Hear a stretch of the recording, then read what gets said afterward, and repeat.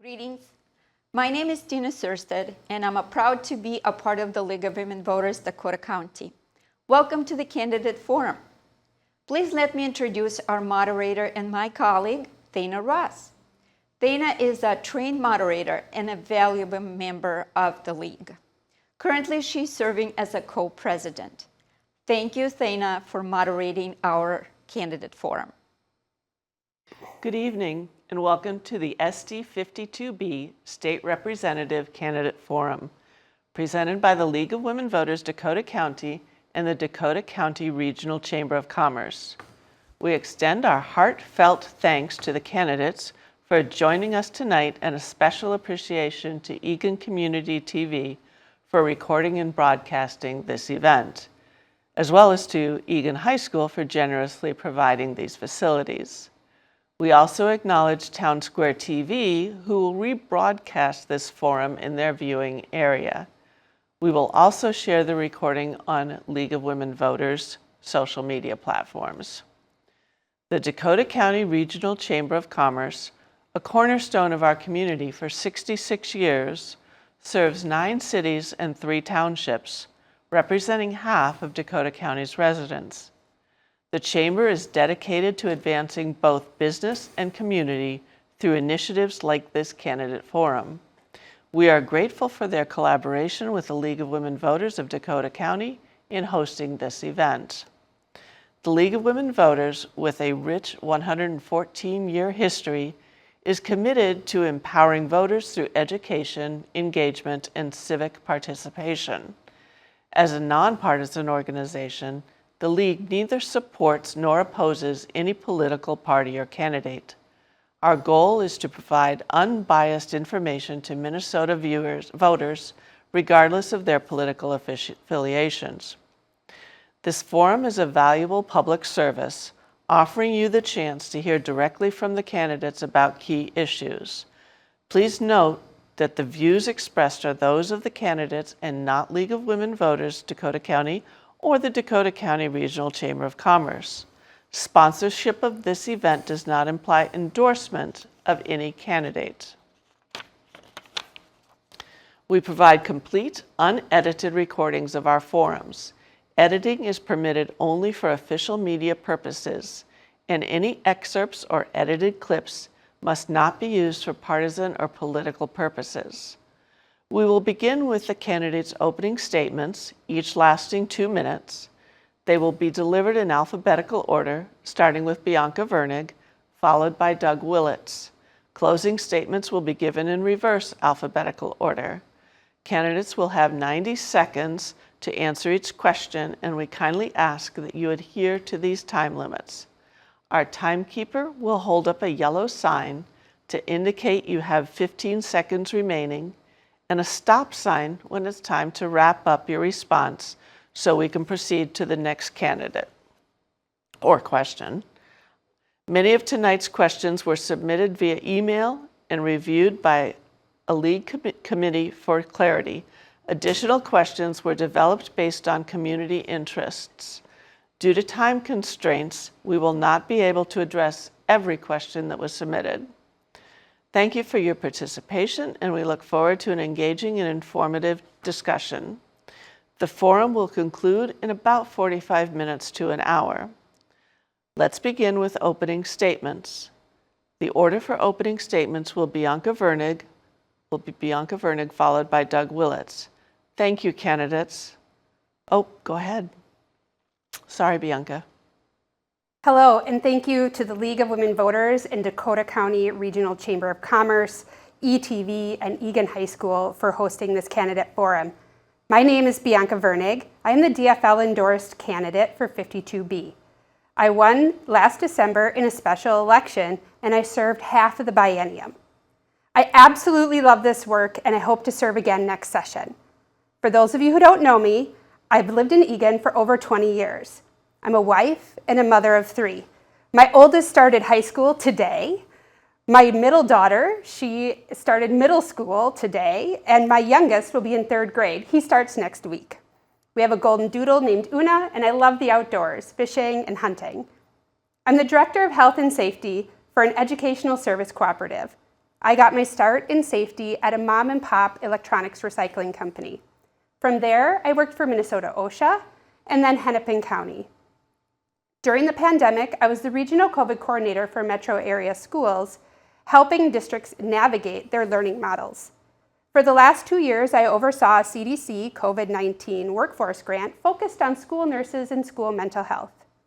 I was a Humphrey Policy Fellow.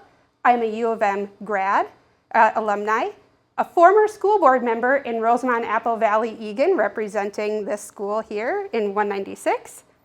I'm a member of my local PTO and one of the YMCA celebrity ducks in the celebrity duck race. I served on the Education Finance Committee, the Human Service Finance Committee, and the Elections Committee. I was able to be part of the Elections Conference Committee, and in the interim, I am on the Student Attendance and Truancy Legislative Study Group. I am deeply passionate about the intersection of education and healthcare, student absenteeism, disability justice, and public service. Thank you so much, and I look forward to meeting voters. Doug? Good evening. I'm Doug Willits, and I'm honored to be here tonight with the League of Women Voters Forum. Thank you for this opportunity to introduce myself and give my vision for this community and their state. I served in the U.S. Army for 29 years because I love this country and I love Minnesota. In the Army, I served as an engineer officer and I served in many leadership positions all over the world. Now I want to continue my service to the state and the country by being your representative in District 52B. I grew up in Minnesota and returned after I retired from the Army. My lovely wife, Corinne, and I both have lived here in Eagan for 9 years. First, I'm passionate about getting control of our state spending. It is out of control and reckless. The state can help with combating inflation by making sure people are not burdened overburdened by taxes or overburdened by regulation. Both just add to the pain that consumers feel every day. As your representative, I will implement good budgeting practices, reduce waste, and ensure every tax dollar is spent wisely. Education is the foundation of our future, and improving outcomes for students in School District 196 and 197 is a top priority. Our children deserve the best education possible, which means focusing on accountability, providing necessary resources, and empowering our teachers. I will work to create an environment where every student can thrive. Lastly, the rise in crime across our state is alarming and unacceptable. Safety is a fundamental right, and I will work tirelessly to support law enforcement officers, ensure they have the resources that they need, and implement stronger measures to combat crime. Every Minnesotan deserves to feel safe in their homes and communities. In closing, I believe that with responsible leadership, we can address the challenges and build a stronger, safer, and more prosperous Minnesota. I'm dedicated to serving our community and fighting for the values we all have. Thank you for your time. Thank you, candidates. Let us now proceed to questions. The response order for the first question is Doug Willits, followed by Bianca Vernig. The first question is, what areas of public policy are you personally passionate about? Doug. I'm personally passionate about making sure that we're spending our money in wise and safe ways. We've had a lot of waste, fraud, and abuse over the last few years, hundreds of millions of dollars, and that all needs to be controlled. I would like to see the state auditor office be authorized to do audits on any and all state programs. That way we can control the money and we can use the money that we do have to support the people that need to be supported. Thank you. So I am really passionate about, I think I already mentioned, that intersection between education and healthcare. And a lot of times when the needs come up, it's you go to the education committee and they're like, that's healthcare. And you go to the healthcare committee and they're like, that's education. And there's this intersection between healthcare and education around school nurses, school-based health centers, mental health, school facilities. So that intersection between education and healthcare is really a passion of mine. Affordable healthcare, access to healthcare is really important to me. That's kind of why I was on the Ed Finance Committee. The Human Services Finance Committee is also something that I was really passionate about: disability advocacy, justice, disability rights, elections, free and fair, elections is really important. And then labor and industry is also an area that's really important to me. Safe work environments, fair pay, fair labor negotiations. So those are the areas that really resonate with me. Obviously, my strength is in the education arena. Next, we will have Bianca, followed by Doug. The second question is, many are concerned with gun violence in our communities. What legislation, if any, could you support to meet the need for safe communities? Bianca. So I am an avid gun owner. I grew up hunting. For me, gun legislation really centers around the safety of children. Gun violence is the #1 reason children die. And we brought forth some legislation this last time around safe storage and reporting lost and stolen guns that didn't make it through. I would continue to support that. I think as you know, owning an AR-15 might be fun for shooting varmint, but I don't think you need an AR-15 to do that. I think we could have some legislation around high capacity assault rifle weapons. I would support that as well.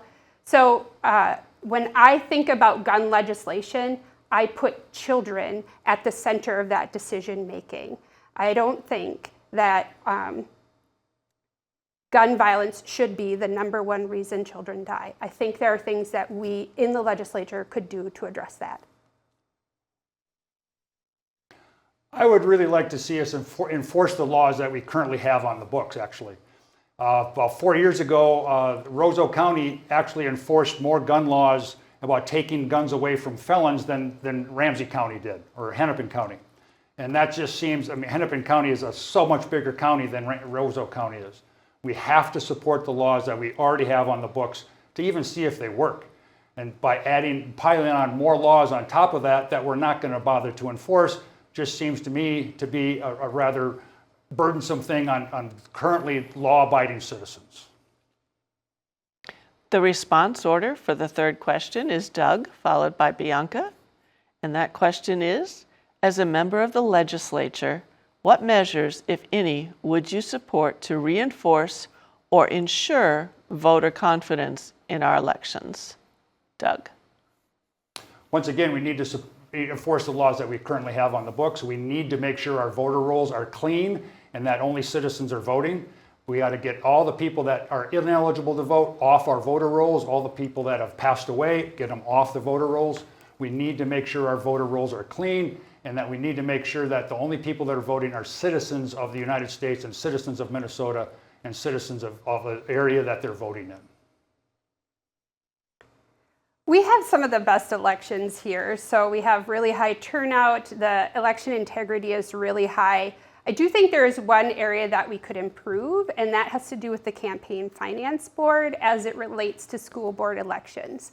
So right now, the campaign finance is managed by school districts, and I think that we could move that to the Campaign Finance Board to help be more transparent about the funding that's going into school board elections. So I do think that there are some areas of improvement, but overall, I think our elections are going really well. The response order for the next question is Bianca, then Doug. What is the role of the Minnesota State Legislature, if any, on foreign policy issues or events? Bianca. The role of the Minnesota Legislature on foreign policy and events, that's a great question. I think one of the things is to ensure that we here in Minnesota provide a safe and great place for people to thrive and survive and come here. So some of that has to do with refugee status, around supporting our communities as they immigrate here or seek refuge. I think that we, on foreign policy, I know there's a lot of talk about divestment, and that's kind of above my pay grade. A lot of what I've done at the legislature has really been focused on local impact, local change, local improvement. I don't feel that the state legislature has a whole lot to do with the foreign policy of the United States. The laws that we pass need to be focused on Minnesota and the local communities so that we take care of our little section of the country and that we take care of our people well. And that's what we need to do. We need to concentrate on Minnesota and our local areas. Next is Doug, followed by Bianca. The question is, given the U.S. Supreme Court Dobbs decision overturning Roe v. Wade, state legislatures are enacting new laws regarding women's reproductive health issues, including access to care and birth control. What measures, if any, do you think the Minnesota legislature should enact regarding women's reproductive health and abortion? Doug? Well, the Dobbs decision, it took the U.S. Supreme Court took that issue and pushed it down to each individual state. Even Ruth Bader Ginsburg agreed that that's the way it's supposed to be. That's the level of decision making that needs to happen. And here in Minnesota, the legislature already passed laws that say that abortion is available for everybody anytime they want it. So I don't think there's anything more that the legislature really needs to do. I think there are some things that we could do, such as codifying it, but also ensuring that we have greater access to reproductive rights, whether that's IVF or abortion rights, abortion access, high quality access. I know our rural communities don't have, in Grand Marais, you cannot deliver a baby at the Grand Marais Hospital. So if you live up in Grand Marais, you have to go all the way down to Duluth to access the hospital for delivery. I think there are things that we can do to support reproductive rights across the board. We had a miscarriage and needed a DNC, and that decision was made with my husband and I and our care provider, and I think that's essential. Access to high quality, informed providers is key to success here. The order for the next question is Bianca, followed by Doug. What should be the legislature's role, if any, in determining school curriculum and what is taught in classrooms throughout the state? Bianca? Yeah, school curriculum. So as a former school board member, right, you do policy and governance and you do sign off on curriculum. And I am not a curriculum expert, okay? So nobody should have me saying, this is what your curriculum is. This is absolutely what you have to do. But I do think at the legislature, our role is to establish the framework for what that curriculum needs to cover. And then we also need to fund it, right? And we need to ensure that we have great teachers and paras and that our schools have access to excellent curriculum. For example, in the READ Act, they reviewed curriculum and they looked at it from a variety of perspectives, including cultural competency. And I think for us at the legislature, it's putting together that framework for what we want to see. I think we saw that in the healthcare. We're establishing like the priorities for, I'm trying to think of what the word is escaping me, but for health standards, that's what it was, health standards in school. So establishing that framework, what it is we want you to cover, and then leave it up to the school to develop the curriculum, purchase the curriculum that meets the criteria. I agree with Bianca. It's not necessarily the state's place to mandate what has to happen, especially when the state mandates things and doesn't provide funding to do those mandates. I'm not a curriculum expert either. I do know I have witnessed when I was in the military, I was in the Army. English was not my strong suit when I was in high school and college, but when I was in the Army, I consistently saw a degrading of people able to write a sentence. And so we have to be able to make sure that the kids are writing well and they do math well and do science well.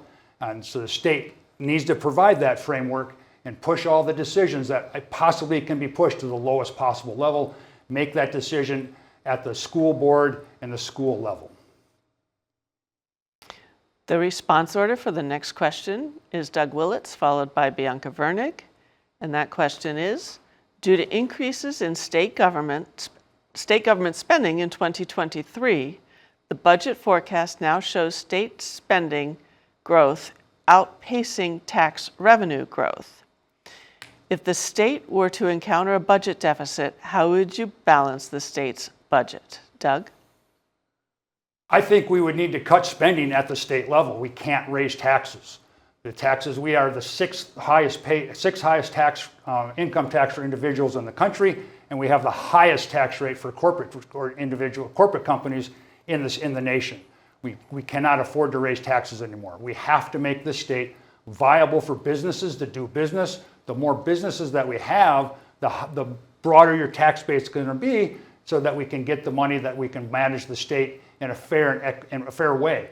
But raising taxes is not an option. We would have to cut spending at the state level. I think answering that question requires a multi-pronged approach, right? You do probably have to cut spending in some places, which is hard to do because as someone who sat on the Education, Finance, and Human Service Finance Committee, you're hearing about really great programs such as the Girl Scouts, who need funding to increase access to students in high needs areas. But then you're also hearing about funding for priority admissions, people who've been in the hospital and need to get into a treatment facility. And that's tough, right? But at the end of the day, you also need to raise taxes. And I think we can raise taxes on the richest in the state of Minnesota. Higher taxes do benefit most and all of us, right? We have a great state to live in. Our community is a great community to live in. It doesn't come for free. Taxes are a way to help bridge that gap. But there are places where I think we can look at cutting some spending. It really depends on how big is that gap. The response order for the next question is Bianca, followed by Doug. And that question is, do you support Minnesota's current environmental review and permitting system? Why or why not? What changes would you recommend? Bianca? So the current environmental review permitting system, yes, and I think we could probably do better. I do think we need to, we have land up north and it's near the boundary waters and we love the boundary waters. And we need permits that will ensure that places like the boundary waters are here and clean and unpolluted for generations to come. So the current system sometimes prioritizes business over the environment. And I think we could look at that a little differently.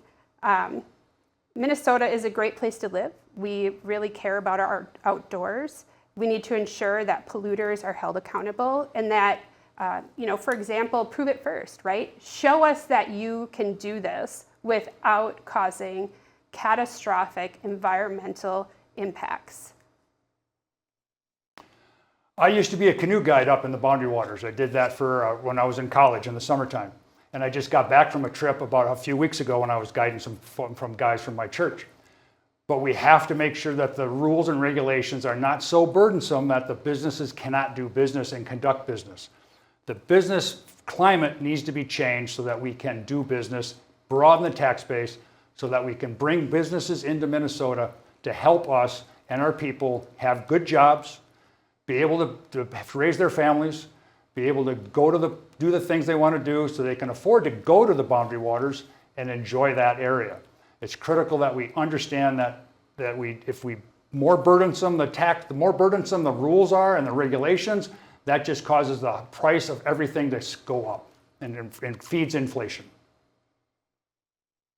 The response order for the next question is Doug, followed by Bianca. That question is, if there continue to be large budget surpluses, do you support lowering all tax rates, lowering tax rates for low and middle income taxpayers only, or not lowering tax rates for anyone? Explain your position, please. Doug? If we could have a budget surplus, I believe we should just send it back to the people that paid the taxes.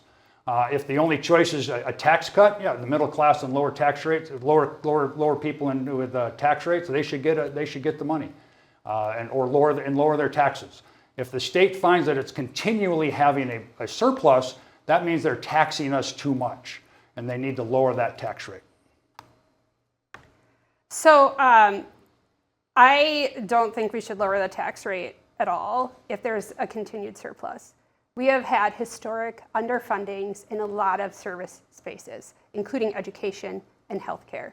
And I think if we have a surplus and we continue to have a surplus, we need to invest in those. including our critical infrastructures for our schools. For example, Browerville's school roof collapsed on one of their gymnasiums.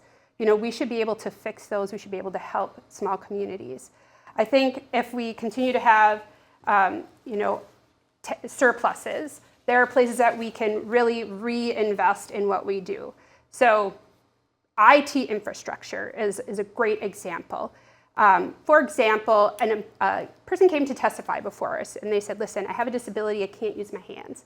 And for re-upping their CADI waiver, they had to get somebody to fill out the paperwork. And they have to do this routinely. And I said, do you mean it doesn't come pre-populated with your name and address? And they said, no, it's the blank sheet every time. And every 6 months I have to fill it out. I can't use my hands. I have to get somebody here.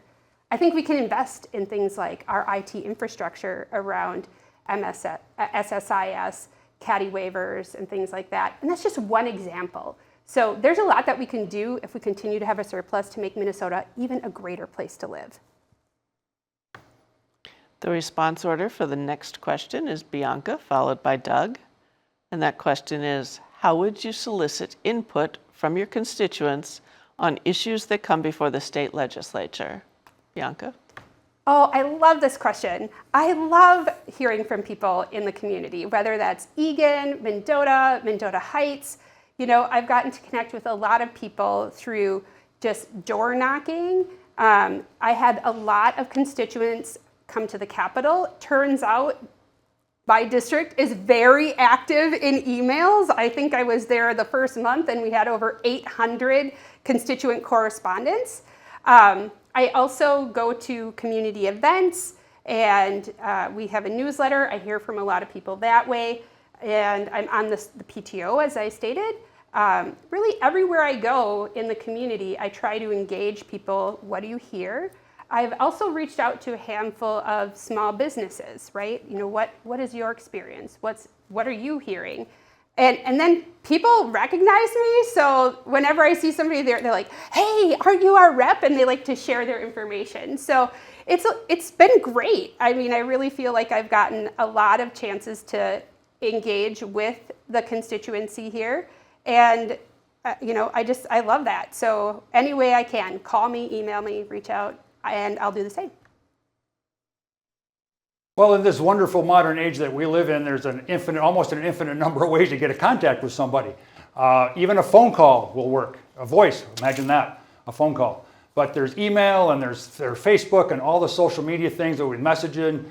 Even a written letter will get to the Capitol and get to me as the representative. Stopping by the office, always going to be open. The door will always be open for people to come visit. See me on the street, ask me questions. Please do that. Any way that you can get a hold of me, shoot fire, a smoke signal would work too. The response order for the next question is Doug, followed by Bianca. And that question is, the Minnesota legislature passed a law requiring use of electricity from carbon-free sources by 2040. What additional steps should be taken by the legislature regarding climate change? Doug? I am afraid that law is not going to be able to be followed. The math just doesn't add up. We cannot produce enough electricity with carbon-free sources and distribute it throughout the state. It's not, the math is not there. If you are in favor of electrical cars, if you're in favor of solar panels, if you're in favor of wind turbines, you also have to be in favor of mining. All those things are made with rare earth minerals that have to be mined. And after you've mined those minerals, then you have to treat those to get the carbon, get the copper, and get the tungsten, and get the lithium, and get the cobalt out of them. So you have to be willing to do the mining. You have to be willing, and you got to treat those. To do that, you have to use chemicals that are very toxic, and you have to be careful at how you dispose of that, but you're going to have to be in favor of mining. I read a study where to make 1,000-pound battery, very common in a Tesla vehicle, a 1,000-pound battery, you have to move 500,000 pounds of dirt, of earth, to make that 1,000-pound battery. So I think I mentioned earlier we could pass prove it first. right? That would be one way to address part of the climate change. I think there are some other things too, and I'll try to focus that on schools because that's, kind of education is where my expertise fall. But schools, there's a lot that could be done to help incentivize schools to go with more solar, geothermal. We're seeing a lot of changes that have happened, including biodigesters, right? So schools, there are a handful of schools that have biodigesters. It's built into the curriculum, so students learn about it really young. They understand the impact that they have on the environment from an early age. I think that incentives can help us, especially around electric buses, around, like I said, solar on schools, or even solar gardens. I know we looked into putting solar on our home, and it was cost prohibitive. And as much as we would like to, it's just not something that we could afford at this time. Having 3 kids, you have to pick and choose. So I think there are things that we could do to improve, and there's a lot out there. There's a lot of great ideas. The response order for the final question is Bianca Vernig, followed by Doug Willits. The 12th question, final question, what is one piece of recent legislation that you think will most impact your constituents, and why do you support or oppose this legislation? Bianca? Oh, only one? Oh man. You said that will most impact. It's probably not going to be the most impactful, but I will say it was a piece of legislation that was really impactful to a group of people. So we passed an EpiPen bill, and it happens that if you were an LPN in a school district, you had to call the licensed school nurse to get permission to give an EpiPen. And of course, we all know that the licensed school nurse is sitting by the phone, waiting to take that phone call, and that the kid that needs the EpiPen has lots of time while we try to call the nurse and say, hey, can we give an EpiPen? The bill that I wrote that was passed eliminated that step. And that was a bill that I learned about from school nurses and a student who had to get an EpiPen, and the nurse was like, I don't know if I can give it to you. So he turned to his friend and said, can you put this in my belly? That's not going to impact a lot of people, but it's going to make a big impact for people who really, really need it. So to me, that was one of my favorite bills that we did. There's a lot of people that have EpiPens and that need help in school, and it's a great bill. I think the biggest legislation that was passed this last year that's going to have the biggest impact on the entire state was the 1,400-page omnibus bill that was passed in the last minute of the session this last year.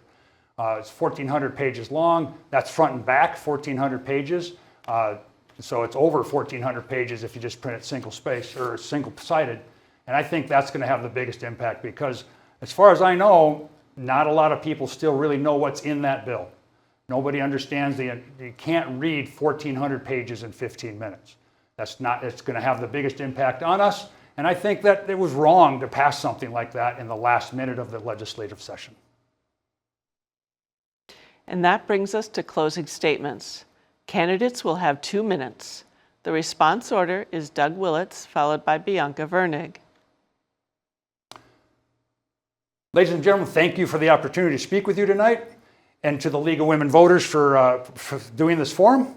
It's been an honor to share my vision and the future of our community and state.